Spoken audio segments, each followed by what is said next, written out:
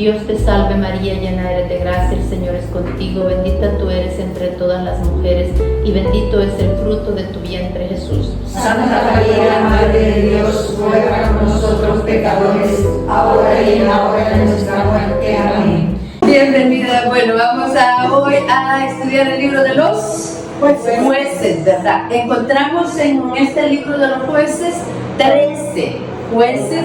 La mayoría son poco conocidos, quizá el principal que todos conocemos es Sansón, ¿verdad? Y nos llevamos una sorpresa que el número 4 es Débora, ¿verdad? Que es una mujer que también fue juez. Entonces voy a leer las explicaciones de nuestro libro de lecciones bíblicas. Se llama así este libro porque se trata de jueces o salvadores del pueblo de Israel. Entre este libro y el anterior se nota un claro contraste. Mientras Josué es un libro constante de victorias hasta el punto de conquistar 7 naciones en 7 años, Jueces es un libro de derrotas, en el que se habla de 7 apostasías. Por eso le escribí ahí, ¿verdad? La definición de apostasía, la tenemos en la pizarra: abandono deliberado y consciente de la fe. En este caso ellos abandonaban deliberada y conscientemente a Dios. Y también habla de 7 opresiones y por supuesto 7 liberaciones. Ellos caían, se portaban mal, caían en la idolatría, en la inmoralidad. Bueno, estaban oprimidos, clamaban a Dios, que también me gusta mucho este libro como habla del clamor, ¿verdad? El clamor es uno de los carismas del Espíritu Santo que vienen del don de piedad. Cuando un pueblo entero clama a Dios casi con desesperación, y entonces Dios les manda un libertador. Entonces eso es lo que vamos a estar viendo constantemente: 7 apostasías, 7 opresiones y 7 liberaciones. Esa es la constante del libro: caídas y rescates de Dios. La causa se puede poner en la incredulidad y desobediencia de Israel, que la llevó como un castigo divino a ser esclava de aquellas naciones a quienes debía haber exterminado totalmente. Y eso vamos a ver en el capítulo 1, ¿verdad? Todo cómo los líderes de las tribus ya no lucharon por dominar la tierra prometida. Cuando Israel se vuelve al Señor y le pide que le salve, entonces Dios hace surgir caudillos que le liberan. En este libro se mencionan 12 jueces o salvadores.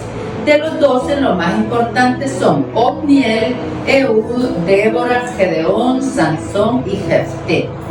El libro acaba narrando la venganza doméstica y la guerra civil en que Israel se vio envuelto a causa de la anarquía y la idolatría, generadora de muerte espiritual, apostasía e inmoralidad, estado al cual camina una sociedad sin leyes.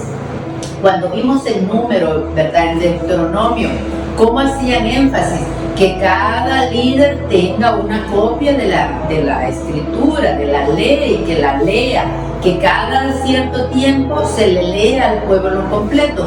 Pero como que no lo hicieron o era muy poquito. Y las generaciones que conocieron personalmente a Moisés, a Josué, pues fueron falleciendo y parece que no fueron capaces de transmitir la fe. Entonces el pueblo, ya vamos a ver en el recorrido que damos de este libro, como ya incluso Jefté le hace ofrendas a Yahvé como si fuera un dios pagano. Entonces, cómo se ha contaminado realmente. Y ya lo tenemos en la pizarra, la distribución del libro en el capítulo 1. Vamos a ver la introducción, luego los 12 jueces y al final, crímenes de Israel. Es de verdad como para que tomemos conciencia de lo bajo que somos capaces de caer sin Dios, sin ley, sin referentes morales. Entonces eso es lo que vamos a ver en este libro. Ahora voy a leer las explicaciones que encontramos en nuestra Biblia. Los jueces son para nosotros un libro de bellas historias. Débora, Gedeón, Sansón, Dalila, Jefté y su hija. Sin olvidar al final a la mujer cortada en trozos, ni al sacerdote que se aviva con los ídolos de su patrón. Pero estas historias transmitidas como relatos populares no hacen más que poner en imágenes la historia de una época tan importante como desconocida. Desde Moisés hasta David pasan unos 300 años. Al contrario que en los otros libros, ¿verdad? Hemos visto pocos años. Aquí en este libro va a ser una recopilación casi de 300 años. Vamos a ver que después de algunos de los jueces hubo 20 años de paz, después de otro hubo 80 años de paz. Entonces, este libro hace un recorrido casi de 300 años de caídas y levantadas de Israel. ¿De qué manera los hebreos nómadas que entraron en Palestina después de Moisés se transformaron en un pueblo de pequeños agricultores? Y cómo guardaron su identidad de pueblo elegido por Dios. Esa es la idea central del libro. La tierra de Canaán, con sus fértiles praderas, lo tenía todo para seducir. Lo mismo ocurría con sus religiones cercanas a la naturaleza y donde la libertad sexual se expresaba con mayor tranquilidad. Todos los pueblos que habían entrado allí se habían fundido con ella. ¿Qué pasaría con la religión intransigente del Dios que no se ve? Fueron sin duda siglos oscuros desde cualquier punto de vista, en los cuales durante mucho tiempo se pudo pensar que el fuego del Sinaí se había extinguido. A veces nos pasa también en nuestras familias, ¿verdad? Que ya los abuelos tenían más fe, luego los hijos un poco menos, luego los nietos menos, y se va perdiendo, ¿verdad? Entonces imagínense aquí que eran tantas generaciones. Esos hombres pasaron a la historia como sofetín, una palabra que designa tanto a jefes como a jueces. Entonces, en griego, ¿verdad? Es la palabra sofetín, que significa juez y también como gobernante. Entonces eran los que hacían un poco de líder, algunos más de algunos clanes más pequeños, otros de tribus completas, pero en la historia parece como que fueran líderes de todo Israel. De ahí que se llamen jueces a hombres que no han tomado jamás parte de un tribunal. Esta aclaración es para que no pensamos en un juez como existen hoy, ¿verdad? Sino era muy distinto. Sí mediaban entre los conflictos del pueblo, pero también hacían de líder, como que fuera Moisés, que también mediaba entre ellos. Para finalizar en las implicaciones, este ejemplo de un periodo en que se redescubre todo está lleno de interés para nosotros, en un tiempo en que se derrumban todas las estructuras morales y religiosas en que habían vivido nuestros padres. Podemos pensar que bajo la capa del materialismo triunfante están madurando muchas cosas que preparan el renacimiento de un cristianismo más consciente de sí mismo en una sociedad urbana, planetaria y post-industrial. Tenemos que ver este libro desde nuestra perspectiva, ¿verdad? Desde nuestro día a día, cómo podemos aprovechar esta experiencia del pueblo de Israel para iluminar nuestro camino. Bueno, vamos al capítulo 1. Josué había muerto. Los israelitas consultaron a Yahvé. ¿Quién de nosotros, dijeron, subirá primero a atacar a los cananeos? Yahvé respondió, Judá será quien subirá, pues he puesto el país en sus manos. Los de Judá dijeron a sus hermanos de Simeón, vengan a ayudarnos contra los cananeos en la parte que nos corresponde, y nosotros los ayudaremos en la de ustedes. Vamos directo al versículo 17.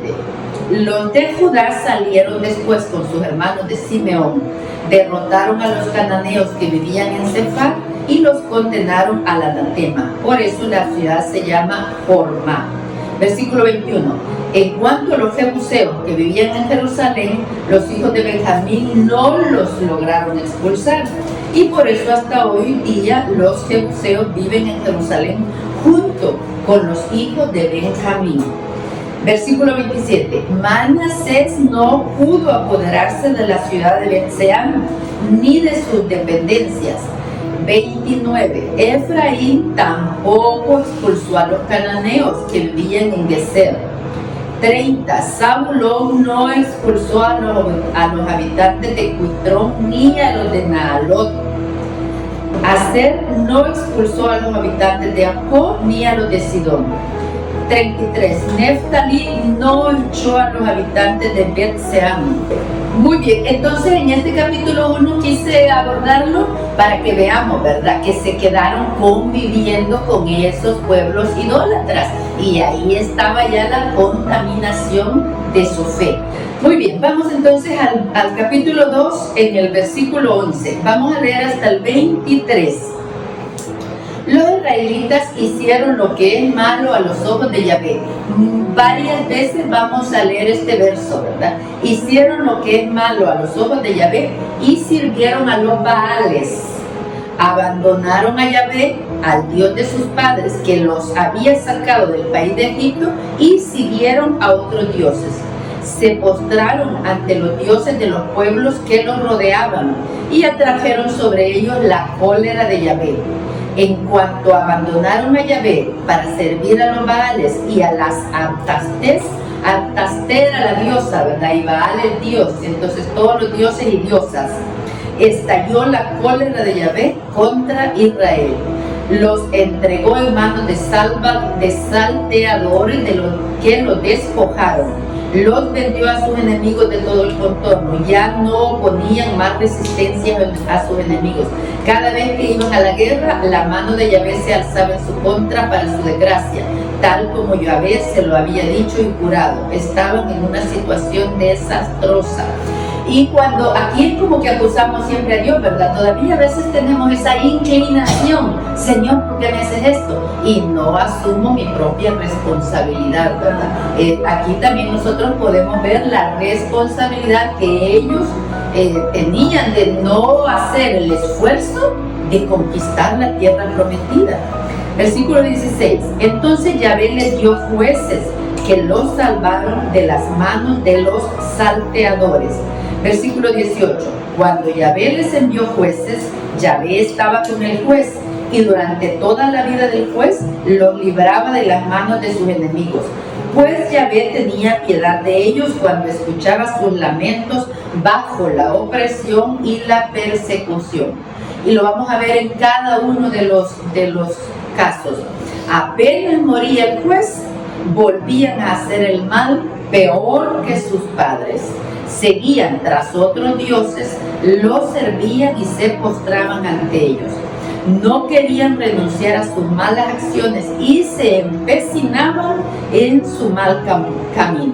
Estalló pues la cólera de Yahvé contra Israel y declaró: ya que esta nación violó mi alianza que había hecho con sus padres y ya no me escuchan, yo tampoco expulsaré delante de ellos ni al más insignificante de los pueblos de Jacob, que Josué dejó al morir.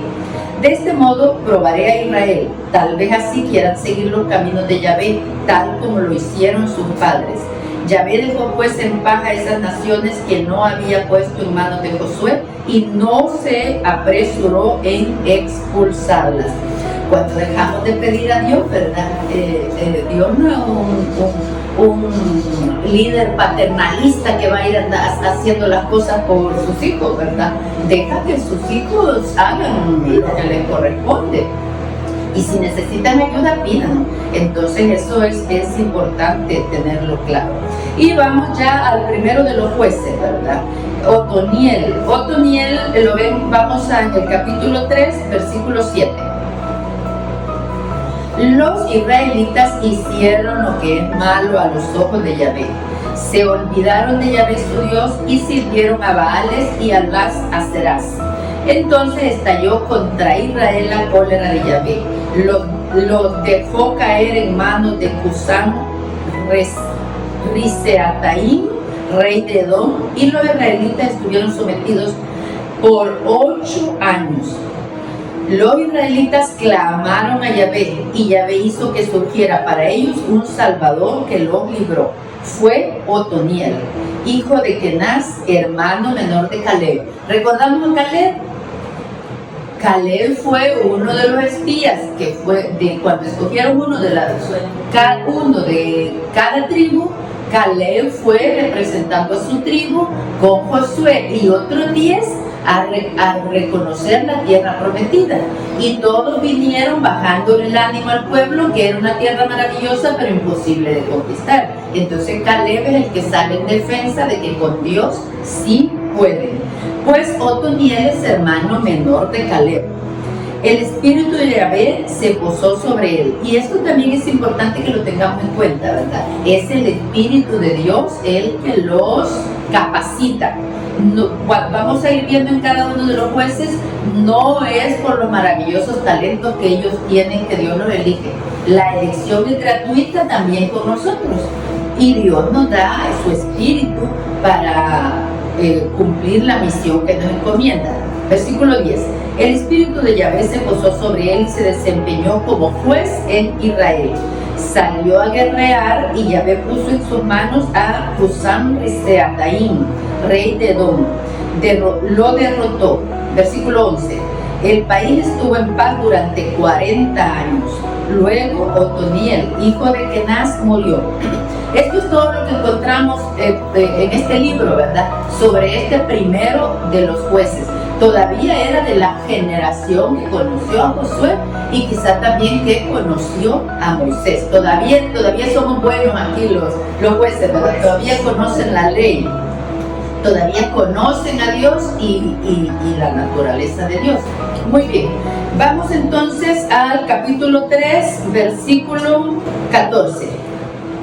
Los israelitas sometidos a Eglón, rey de Moab, estuvieron durante 18 años, o sea, falleció Otoniel, volvieron a caer, estuvieron un tiempo en paz y ahora ya llevan 18 años sometidos al rey de Moab. 15. Los israelitas clamaron entonces a Yahvé, y Yahvé hizo que les surgiera un salvador, Ehud, hijo de Gerá, un hombre de Benjamín, que era zurdo. Esto de que era zurdo, luego vamos a ver la importancia que tiene y cómo se hace énfasis de que nosotros, nuestras particularidades están diseñadas para cumplir nuestra misión.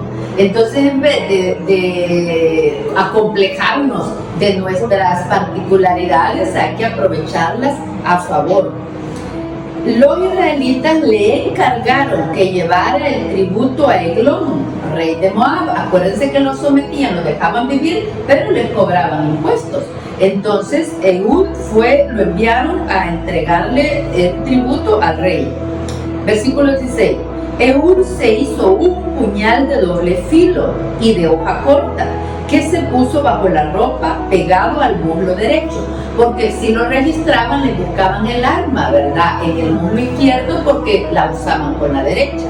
Pero como él era zurdo, entonces la guardó en el muslo derecho y logró pasar armado a ver al rey, ¿verdad? 17. Luego fue a ofrecer el tributo a Eglón, rey de Moab.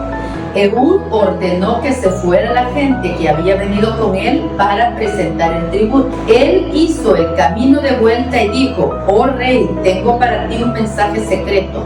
El rey respondió: silencio. Y todos los que estaban a su alrededor se retiraron. Entonces Ehud se acercó a él mientras estaba sentado en la pieza alta, tomando el fresco en sus departamentos privados. Ehud dijo: es un mensaje de Dios que tengo para ti. Entonces el rey se levantó de su silla.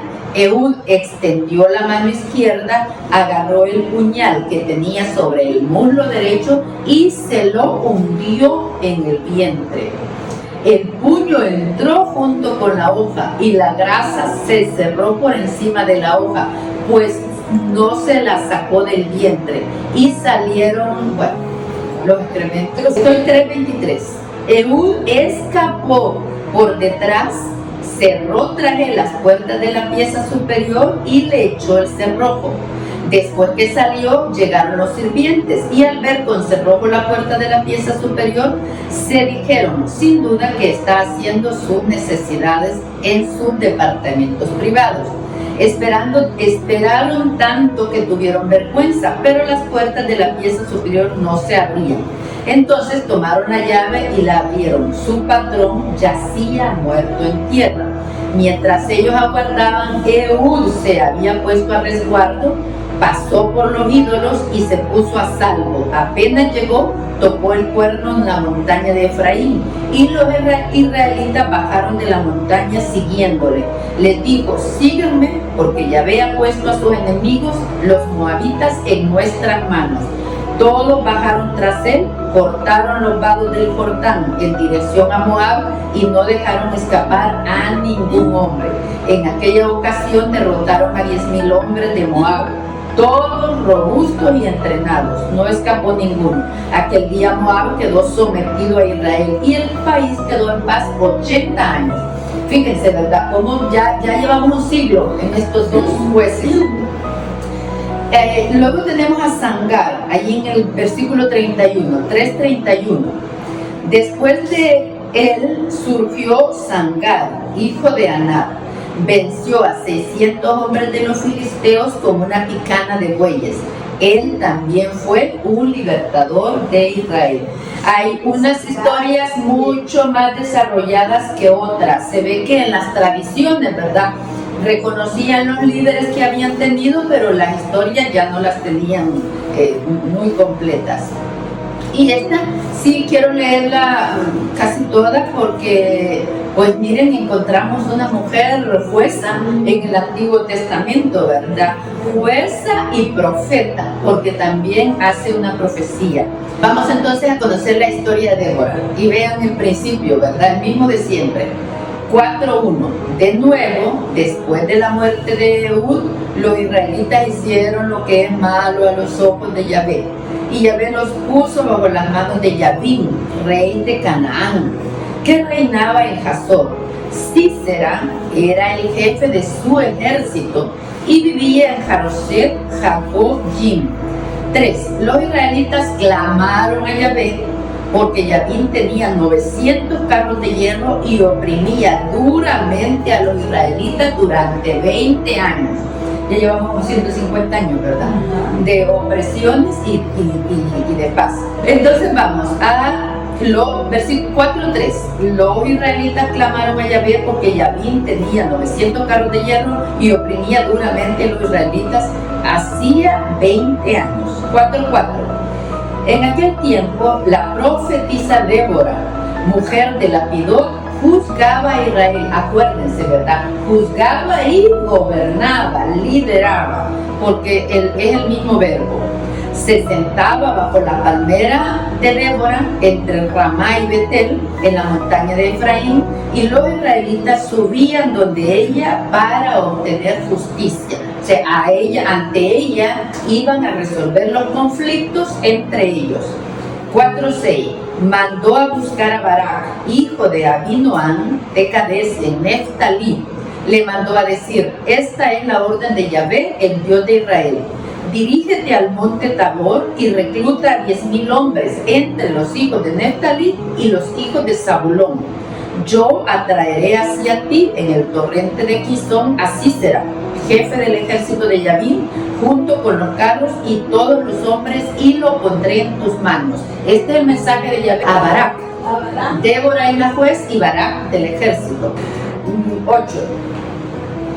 Barak le respondió, si vienes conmigo iré, pero si no vienes, no iré. Ella le dijo, muy bien, iré contigo, pero estás empezando mal, y la gloria de esta expedición no será para ti. Yahvé pondrá a Sísera en manos de una mujer. En esta historia hay dos mujeres importantes.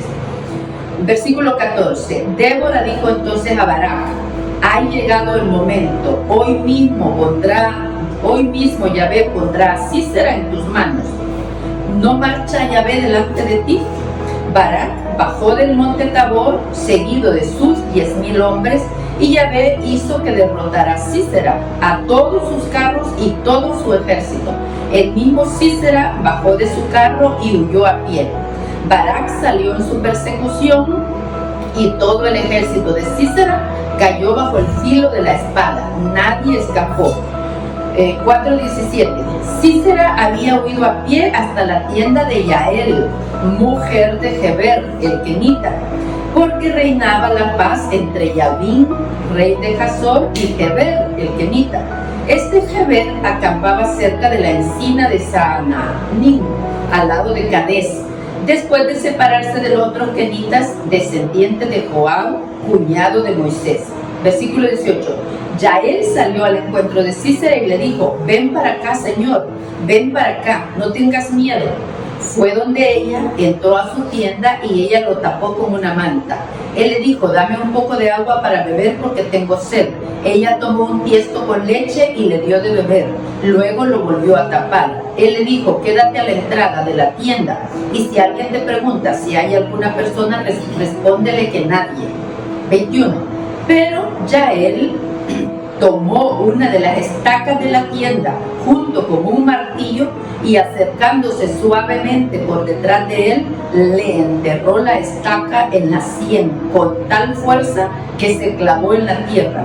Él dormía profundamente porque estaba muy cansado y así fue como murió. Entonces Sísera es lo que le dijo Débora, ¿verdad? La gloria de exterminar a Sísera será para una mujer. Entonces ella es la que lo mata. Y en el capítulo 5 viene un hermoso cántico de Débora. Vamos, 5:26. La madre de Sísera se asoma a la ventana, observa a través de la celosía. ¿Por qué? Dice, tarda tanto en volver su carro. Qué lentos son sus carros para volver. La más viva de sus mujeres le responde y ella misma se lo repite. Se están repartiendo el botín. Una cautiva, 2 cautivas para cada guerrero. Paños de color para Sísera, bordados para su cuello. Oh Yahvé, que así perezcan tus enemigos y da a los que te aman el resplandor del sol. El país estuvo después tranquilo por 40 años, ya casi llegamos a 200 años, ¿verdad? Pero es que a mí me conmueve esto de que uno piensa cuando hay un asesinato, ¿verdad? Yo lo primero que pienso es la madre del asesinado, cómo está sufriendo, pero cómo sufre la madre del asesino. ¿Verdad que a esa madre la olvidamos? Y también sufre, era un malvado para los hijos de Israel, pero hay una madre esperándolo, una esposa soñando con todo el botín que va a traer, puesto que su ejército era fuerte. No esperaban de ninguna manera una derrota. Y entonces, y qué bonito, ahí donde termina el cántico de Débora, ¿verdad? Oh Yahvé, que así perezcan tus enemigos y da a los que te aman el resplandor del sol. Qué bonito. O el resplandor de tu rostro, ¿verdad? Quedó bonito. Al final terminó bonita la historia. Vamos entonces con Gedeón, 6:1. Los israelitas hicieron lo que es malo a los ojos de Yahvé y Yahvé los entregó por 7 años en manos de Madián, otro de los pueblos que ellos debían haber exterminado. La opresión de Madián fue dura para Israel. Versículo 3. Cuando Israel sembraba, Madián hacía una incursión junto con Amalek y los hijos de Oriente. Se instalaban en su tierra y devastaban todos los campos, hasta los alrededores de Gaza. Nada le quedaba a Israel para comer, ni corderos, ni bueyes, ni burros. Versículo 6. Israel estaba en la miseria por culpa de Madián. Y los israelitas clamaron a Yahvé. Qué bueno, ¿verdad? Que siempre todavía tienen en la memoria y se acuerdan como pueblo de clamar a Dios. Entonces, versículo 7. Versículo 8. Yahvé mandó un profeta que les dijo: esto dice Yahvé, el Dios de Israel. Yo fui quien los hizo subir de Egipto, quien los hizo salir de la casa de la esclavitud. Así como los libré de la mano de los egipcios, así los he librado de todos aquellos que los oprimen. Y encontramos ya la historia de Gedeón. Dios llama a Gedeón. El ángel de Yahvé se fue a sentar bajo el terebinto que está en Ofrán y que pertenecía a Joás, el clan de Abiezer. Gedeón, su hijo, estaba trillando el trigo en el lagar para esconderlo de los madianitas. Imagínense, ¿verdad? Escondido limpiando el trigo. El ángel de Yahvé se le apareció y le dijo: Yahvé está contigo, valiente guerrero. Hay un poco de ironía, ¿verdad? Porque estaba escondido limpiando su trigo y lo saluda: valiente guerrero. Gedeón respondió: perdona, Señor, pero si Yahvé está con nosotros, ¿por qué nos pasa todo esto? Que es que no vemos para adentro, ¿verdad? Ni para nuestro propio pueblo, ¿no? Que siempre le queremos exigir más a Dios. ¿Dónde están todos esos prodigios que nos contaron nuestros padres cuando nos decían: Yahvé nos hizo subir de Egipto? Lo que es ahora, Yahvé nos ha dejado caer y nos ha entregado en las manos de Madián. 14. Entonces Yahvé se volvió hacia él y le dijo: anda, tú eres capaz de librar a Israel de la mano de Madián. Yo soy quien te envía.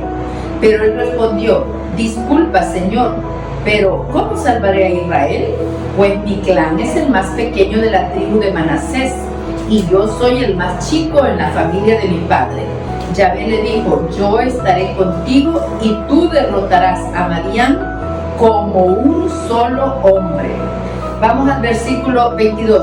Gedeón comprendió que era el ángel de Yahvé y le dijo: ay de mi señor Yahvé, porque realmente vi al ángel de Yahvé cara a cara. Pero Yahvé le dijo: no tengas miedo, porque no morirás.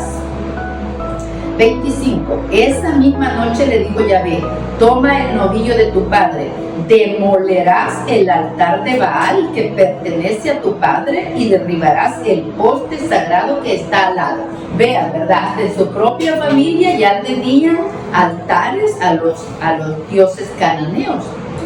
Versículo 26. Luego construirás un altar a Yahvé tu Dios en la cumbre de esta colina fortificada y me sacrificarás el novillo quemándolo con la leña del poste sagrado. Versículo 27. Gedeón tomó a 10 de sus sirvientes e hizo lo que Yahvé le había ordenado, pero no lo hizo de día porque temía a la familia de su padre y a los hombres de la ciudad. Por eso lo hizo de noche. Versículo 29. Se preguntaban unos a otros quién habría hecho eso. Se pusieron a investigar, a preguntar y se les dijo: Gedeón fue quien lo hizo. Estamos hablando de que quemó los altares a los dioses, ¿verdad? Versículo 30. Los hombres de la ciudad dijeron a Joás: entréganos a tu hijo para que muera. Pues él fue quien demolió el altar de Baal y derribó el poste que estaba al lado. Pero Joás respondió a la gente que lo amenazaba: así que ahora defienden a Baal, así que quieren salvarlo. Si Baal es Dios, que se defienda por sí solo, ya que le han demolido su altar. Ese día pusieron a Gedeón el sobrenombre de Jerubbaal, porque decían que Baal se defienda de él, ya que le destruyó su altar. Luego vamos a ver, ¿verdad?, que algunas veces le llaman Gedeón y otras veces Jerubbaal. Están hablando del mismo juez. Versículo 34. Entonces se apoderó de Gedeón el espíritu de Yahvé, tocó el cuerno y se puso tras él todo el clan de Abiezer. Mandó mensajeros a todo el territorio de Manasés, quien también se juntó tras él. Mandó también mensajeros a Aser, Zabulón y Neftalí, y vinieron a su encuentro. Capítulo 7, versículo 1. Jerubbaal, ¿quién es? Gedeón. Se levantó de madrugada y se fue a acampar con todo el pueblo que lo acompañaba encima de Enjarod. El campamento de Madián estaba al norte del de Gedeón, en la llanura al pie del monte Moré. Yahvé dijo a Gedeón: el pueblo que te acompaña es demasiado. Si entregara a Madián en sus manos, Israel podía vanagloriarse a costa mía. Diría: yo mismo me he liberado. Pues ve a proclamar ante todo el pueblo. Y aquí dice, ¿verdad? Cualquiera que tenga miedo, que se vaya para su casa. Y se van 22,000. Y todavía le dice Yahvé, no, son demasiados. Cuando beban agua en el río, fíjate quiénes lamen el agua y quiénes se arrodillan para beber. Y solo 300 lamen el agua. Entonces le dice, con esos 300 vamos a actuar, ¿verdad? Y con ellos, y la orden de Dios fue que llevaran cántaros de barro y antorchas. Y también de noche rodearon al pueblo y hicieron ruido golpeando los cántaros y con su grito de guerra y con las antorchas. Y entonces ellos solos se confundieron, salieron de las tiendas y ellos solos se mataron. Así fue como en esta ocasión Dios entregó en manos de Gedeón a los que los dominaban, ¿verdad? Pero Gedeón cayó en una trampa. Acuérdense que conocen poco ya las leyes de Dios, ¿verdad? Y las alianzas con Dios. Y vamos a ver, 8:22. Los israelitas dijeron a Gedeón, ya que nos libraste de la mano de los madianitas, tú serás nuestro rey, y después de ti tu hijo y tu nieto. Gedeón le respondió, ni yo ni mi hijo reinaremos sobre ustedes, Yahvé será su rey. Y sigue aquí la historia. Gedeón tenía 70 hijos, uno de ellos era Abimelech. Capítulo 9:1. Abimelech, hijo de Jerubbaal, fue a ver a los hermanos de su madre en Siquén y les dijo, como también a toda, y les dijo a Siquén, como también a toda la familia de su abuelo materno, hagan esta pregunta a los señores de Siquén, ¿prefieren ser gobernados por 70 hombres, todos hijos de Jerubbaal, o tener un solo patrón? Acuérdense que yo soy de su sangre. Entonces él buscó, ¿verdad?, a la parentela de su madre y les fue a proponer, ¿verdad? ¿Qué quieren? ¿Que todos estos 70 lo gobiernen o lo gobierno yo, que soy sangre de su sangre? Y pues lo escogieron a él. ¿Y qué hizo él? Contratar maleantes y mandó a matar a sus 70 hermanos y a autoproclamarse rey. Voy a irme ya al capítulo 10. Estos jueces, es muy cortita la historia porque ya ven cómo avanza el tiempo. Después de Abimelech surgió Tolá. Era de la tribu de Issacar y vivía en Samir. Fue juez de Israel durante 20 años. Después murió y lo enterraron en Samir. Es todo lo que dice Tolá. Después de él surgió Yair de Galaad. Fue juez de Israel 22 años. Versículo 6. De nuevo los israelitas hicieron lo que es malo en los ojos de Yahvé, sirvieron a los Baales, estalló la ira de Yahvé. 10:10. Los israelitas clamaron entonces a Yahvé, hemos pecado contra ti, hemos abandonado a nuestro Dios, hemos servido a los Baales. Yahvé les respondió, cuando ustedes eran oprimidos por los egipcios, los amorreos, los amonitas, los filisteos, los sidonios, los amalecitas o los madianitas, y me clamaban, no los libré de sus manos, pero ustedes me han abandonado y han servido a otros dioses, por eso ya no los salvaré más.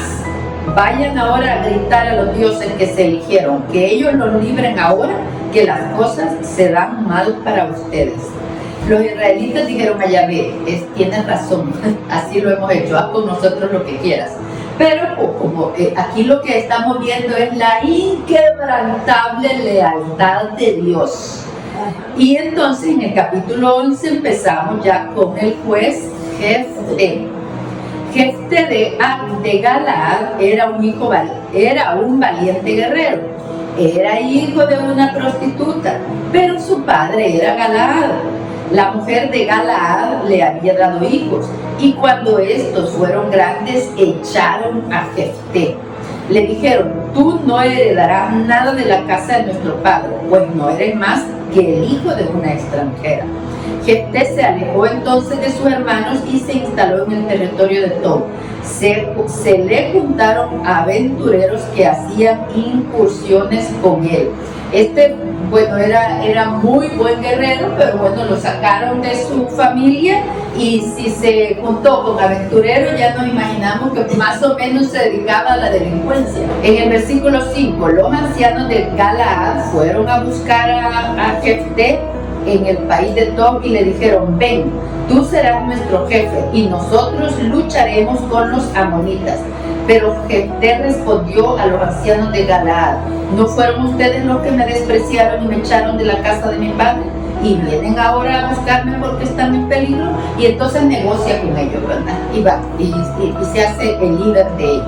Jefté partió con los ancianos de Galaad y el pueblo lo puso al frente de ellos como su jefe y general. Jefté ya tiene muy poco conocimiento de las leyes, de las alianzas, de las promesas y de Dios mismo. Entonces encontramos en el 11:29, el espíritu de Yahvé se apoderó de Jefté, atravesó Galaad y Manasés, luego pasó por Mizpá de Galaad y fue donde los amonitas. Jefté hizo esta promesa, versículo 30. Si entregaras en mis manos a los amonitas, el primero que atraviese la puerta de mi casa para salir a saludarme después de mi victoria sobre los amonitas será para Yahvé y lo sacrificaré por el fuego. ¿Quiénes sacrificaban por el fuego? Las religiones paganas. Entonces aquí hay de verdad una clara influencia y contaminación de las religiones paganas con el culto a Yahvé. Bueno, hace esa promesa. ¿Y quién sale primero a saludarlo, cantando y bailando? La hija. ¿Y qué hace él? La entrega. Me anoté una nota que está en la Biblia de Navarra para este capítulo. Si después de hacer una promesa se advierte que se trata de algo malo, no debe cumplirse. Esta es nuestra regla hoy, ¿verdad? Si advertimos, híjole, en mi locura, en mi desesperación, en mi alegría, hice una promesa imposible o mala, no debo cumplirla. 12:8. Después de él juzgó a Israel Ibzán de Belén. Juzgó a Israel 7 años. Ibzán murió y lo enterraron en Belén. Versículo 11. Después de él juzgó a Israel Elón de Zabulón.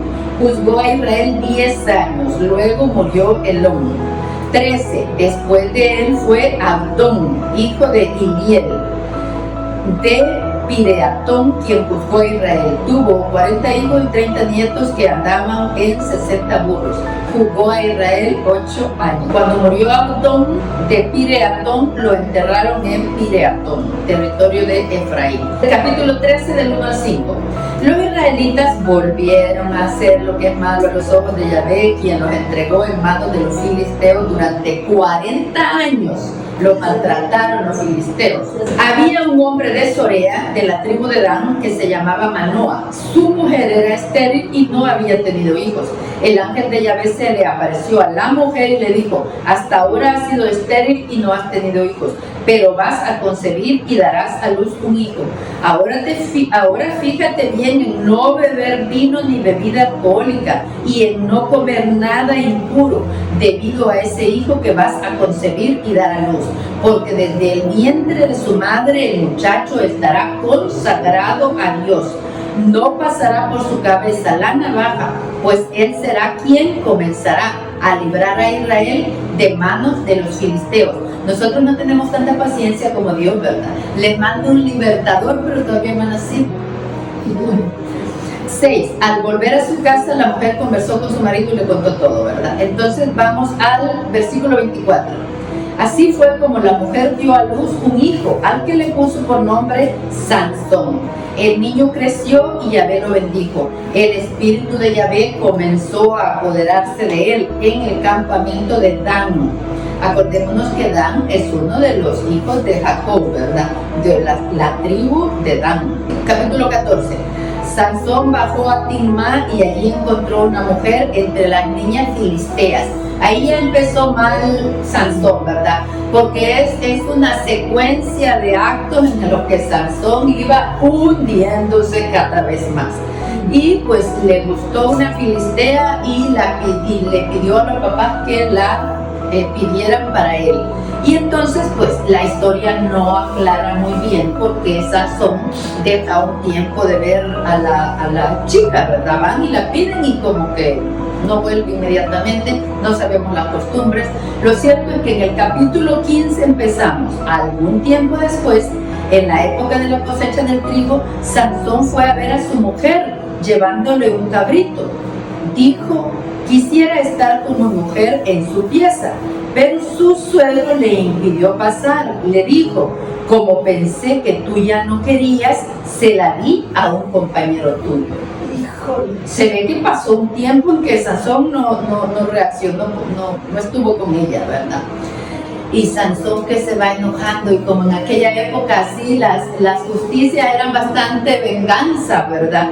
Y en el versículo 5, 15:5, encendió las antorchas y soltó a los zorros de los campos de los de los filisteos. Fue a cazar zorros, les amarró las colas de 2 en 2 y ahí le encendió las antorchas y los zorros quemaron y devastaron todo. 16:1. Sansón bajó a Gaza, allí se encontró con una prostituta y entró en su casa.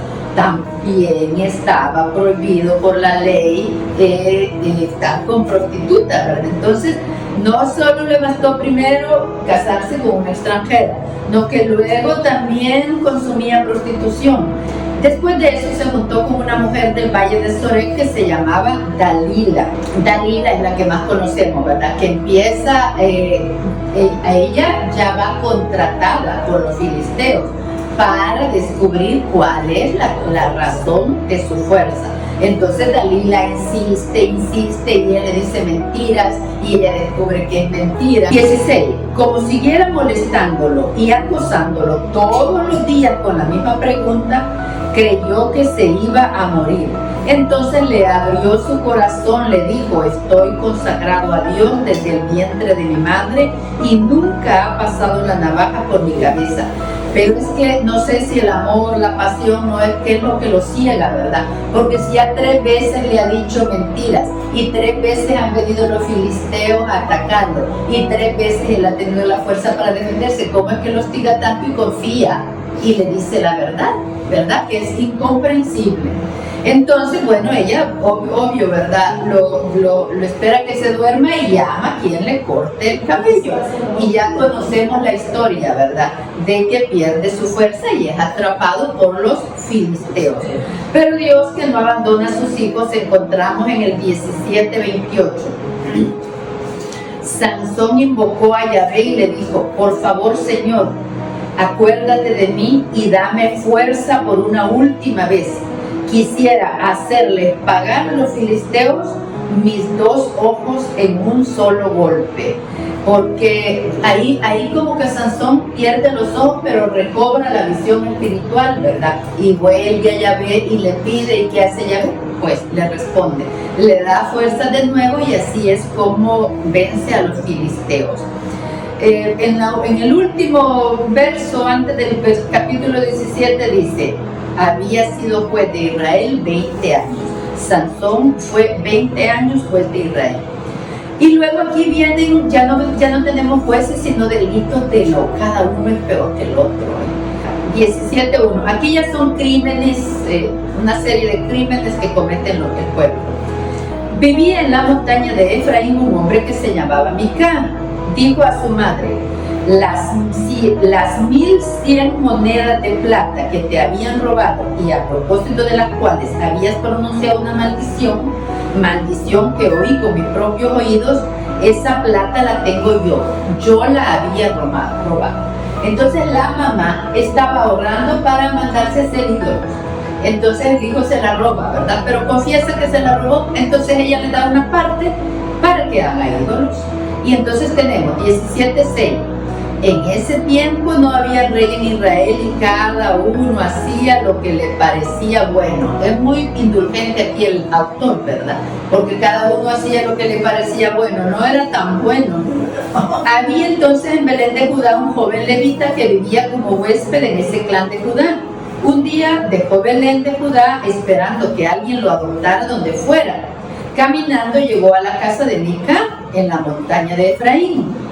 Mica le dijo, ¿De dónde vienes? Respondió, soy un levita de Belén de Judá, busco quedarme como huésped donde encuentre.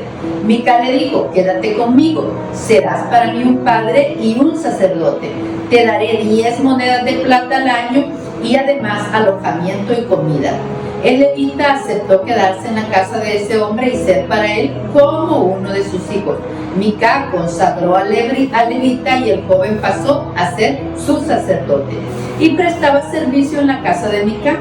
Entonces, vean, aquí ya tiene un sacerdote privado, Mica. Y luego estamos en la tribu de Dan, ¿verdad? Todavía viene Dan a arrasar con todo ese pueblo y a robarse los ídolos que se había mandado a hacer Mica y a llevarlos para adorarlos. Entonces, esa es la historia acá, la pueden ver completa en el libro. Y en el 19, otro crimen. 19:1. En ese tiempo no había rey en Israel, ya vimos 2 veces, ¿verdad? En ese tiempo no había rey en Israel porque ya están preparando, ¿verdad? Para la venida de los reyes. Un levita que vivía en el extremo de la montaña de Efraín tomó concubina a una mujer de Belén de Judá. Su concubina le fue infiel y lo abandonó volviéndose a la casa de su padre en Belén de Judá, donde permaneció más o menos 4 meses. Su marido se puso en camino para ir a buscarla, a hablarle al corazón y traerla de vuelta. Con él iban sus sirvientes y 2 burros. Aquí la historia también se tuerce de lo peor, ¿verdad?